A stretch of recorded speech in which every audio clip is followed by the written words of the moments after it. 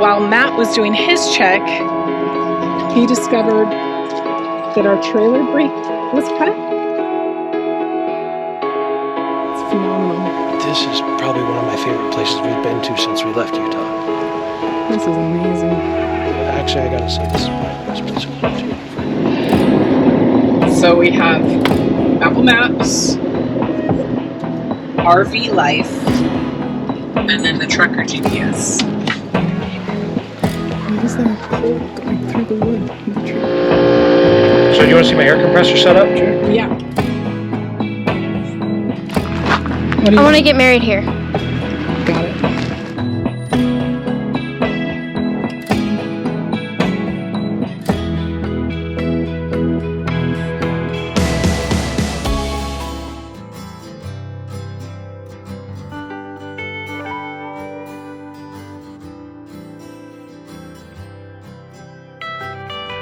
They're so pretty. Those are pretty. I love them. And we got some lavenders. God, I love this one. This is fantastic, isn't it, Corey? Yeah. He's a good storyteller too. Don't you think, Course? Yeah. Engaging. Look at this. Good Lord. Look at the vines coming down. Keeps going. Wow. It's phenomenal. This is probably one of my favorite places we've been to since we left Utah. This is amazing. Actually, I gotta say, this is probably the best place we've been to.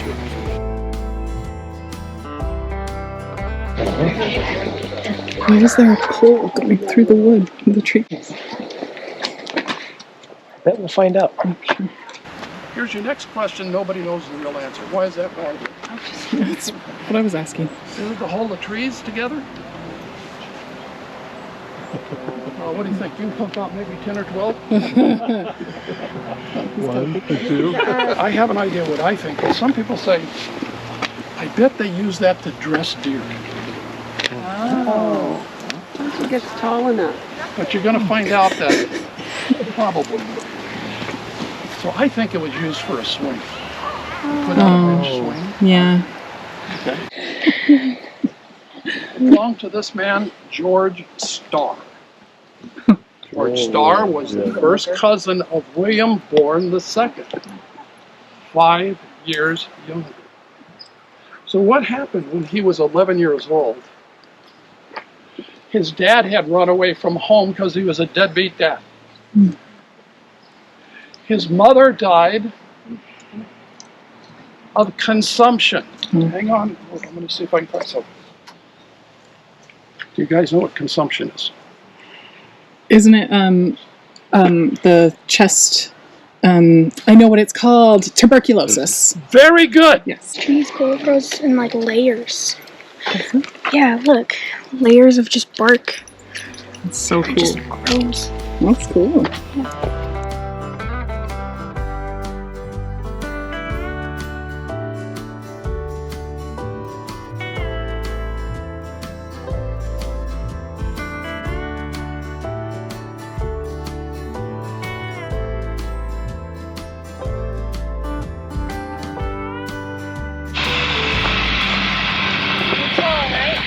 What? Tall, right? Yeah. There's a little knot with an opening. I want to see what's in there. But I can't see it, so I need to do it.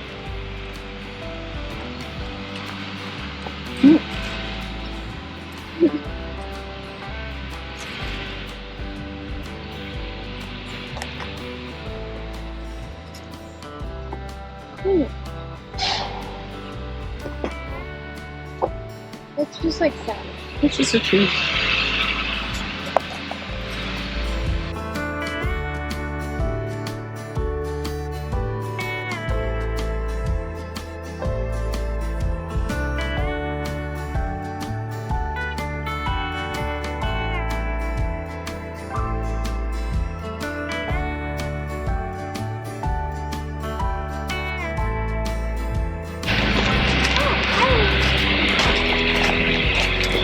Oh my gosh.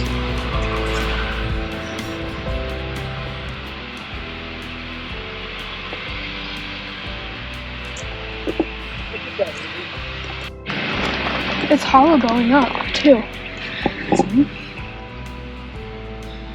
That's so cool. Yeah. It's hollow going up. Yeah, that's cool, Cora. Let's go see what else there is to see. What do I you want to get married here. Got it.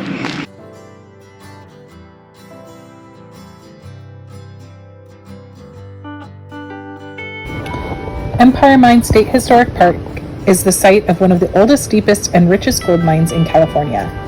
The park contains many of the mine's buildings, the owners' homes, and restored gardens, as well as the entrance to 367 miles of abandoned and flooded mine shafts.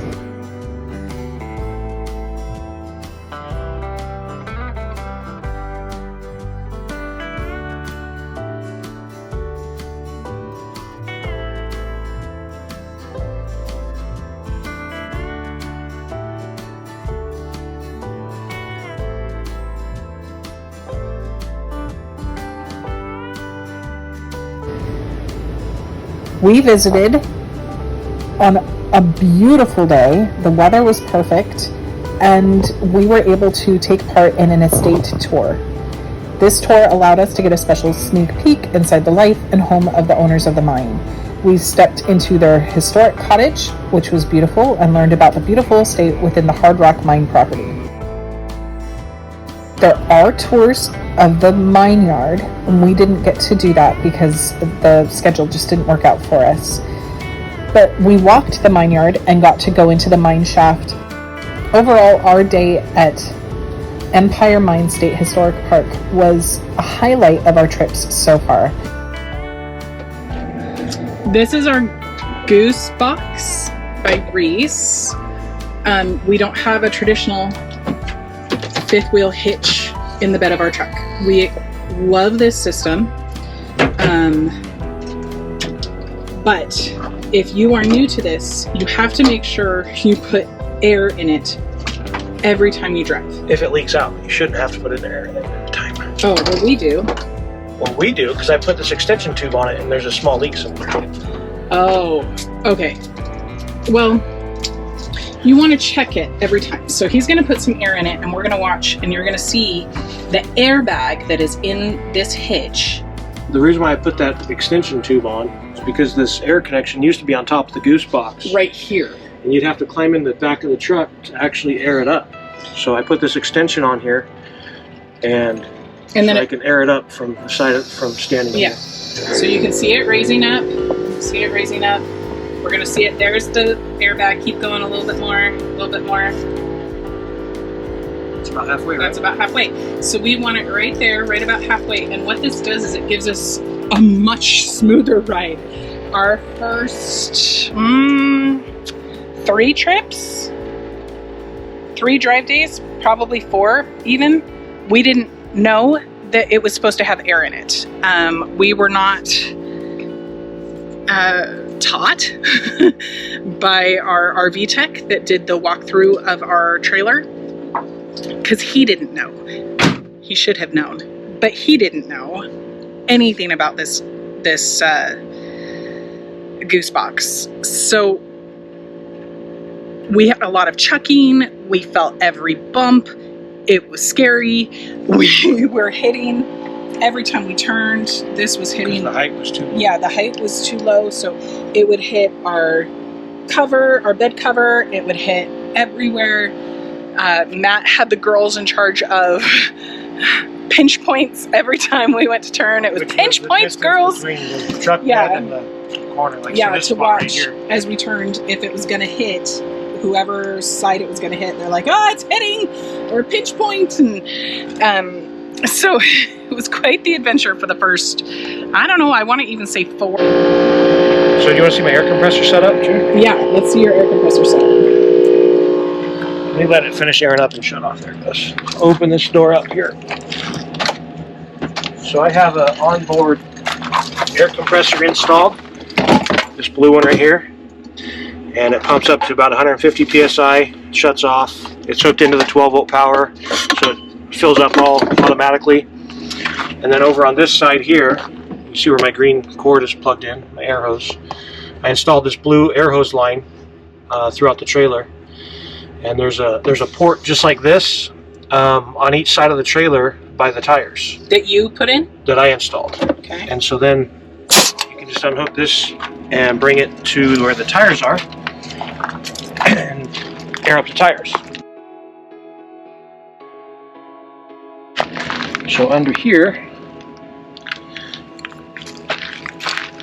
there's an air hose connection. And then we can just check our air pressures.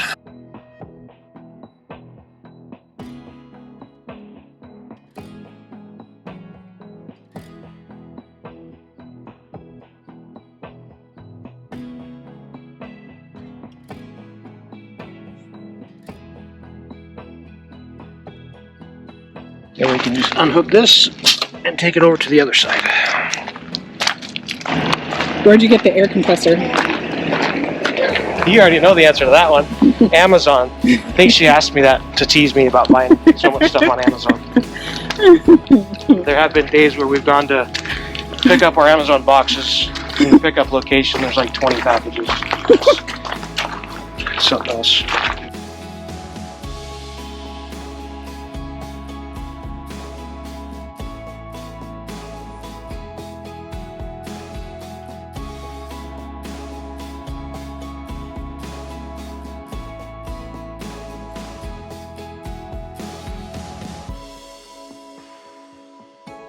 Just let me point out here.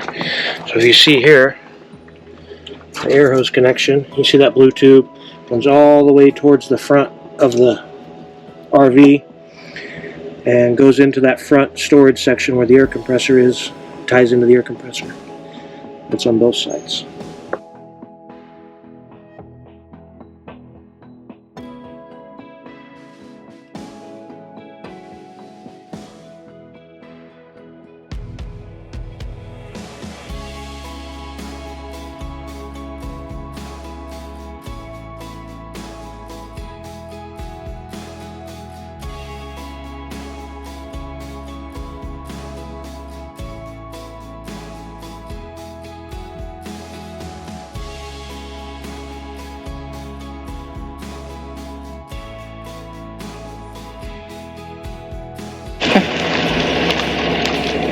So we moved over here because it's level. Where we were at was not level ground.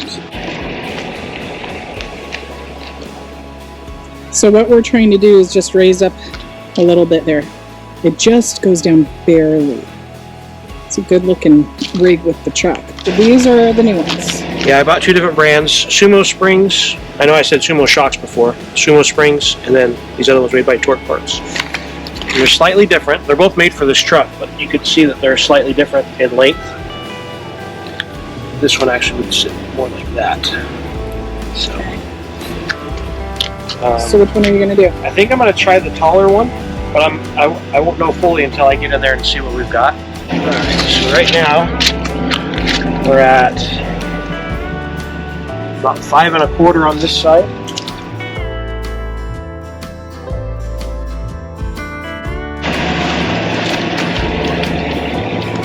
And about 5 1/4 on this side. So Okay. probably on pretty level ground. So here's the lights on. That's when we're going to be popping out. We're going to put in the new one. And in order to get more room, before I even pop that out, I'm going to use our front jacks, stabilizers, on the auto leveling system to take all the weight off of the truck. So we can raise this up so I can get in there easier. What you got there? My favorite kneeling pad. That's like Matt's required tools includes a kneeling pad. Yeah, you should definitely have one of these.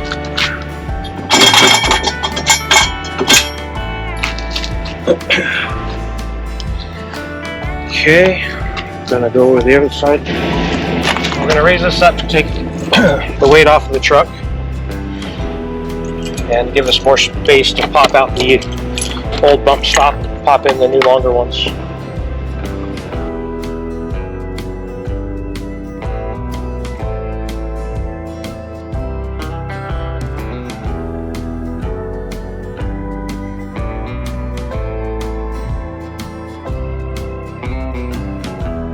Okay, all the weight is off of the truck now.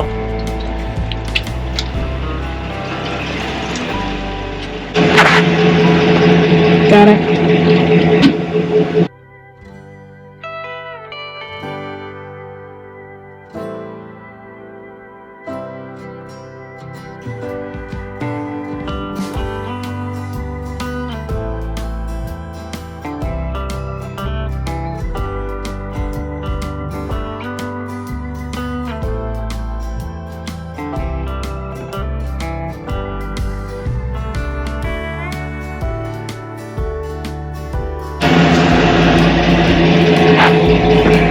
Okay, out of that. Okay.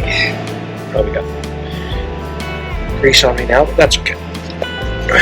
So look, compare this to the new one. It's actually bring, you can see the difference in size here. Wait. Wow. Yeah, that's a huge difference. So bring these both over there and we'll decide which one we're going to use.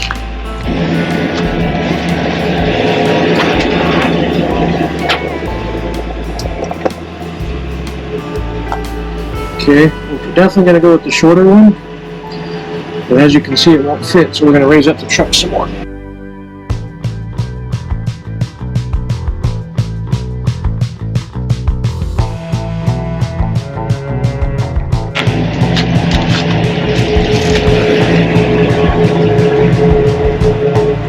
There we go.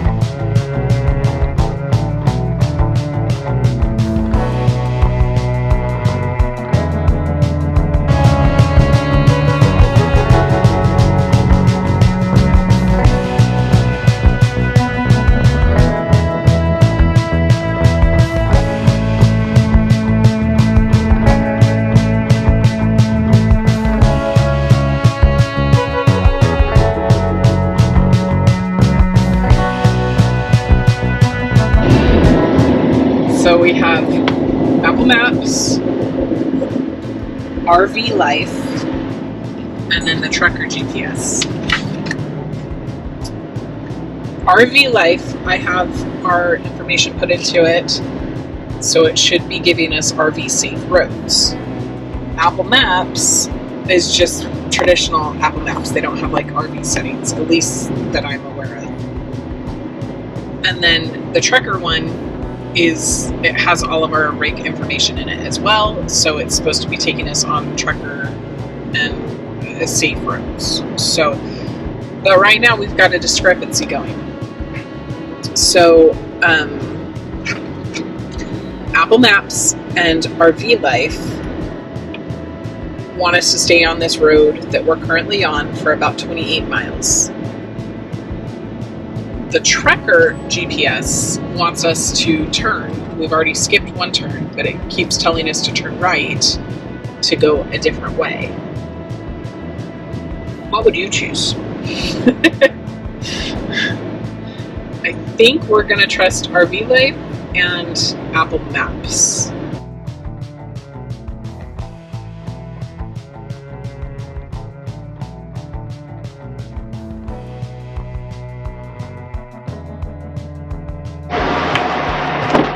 We just climbed up Highway 120 heading to Yosemite and stopped for gas and did our normal checks on everything. Well, now while Matt was doing his check, he discovered that our trailer brake was cut. The emergency trailer brake. The emergency trailer brake was cut. Whoa.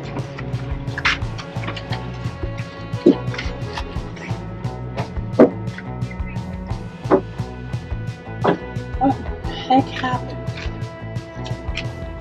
I'm going to take that.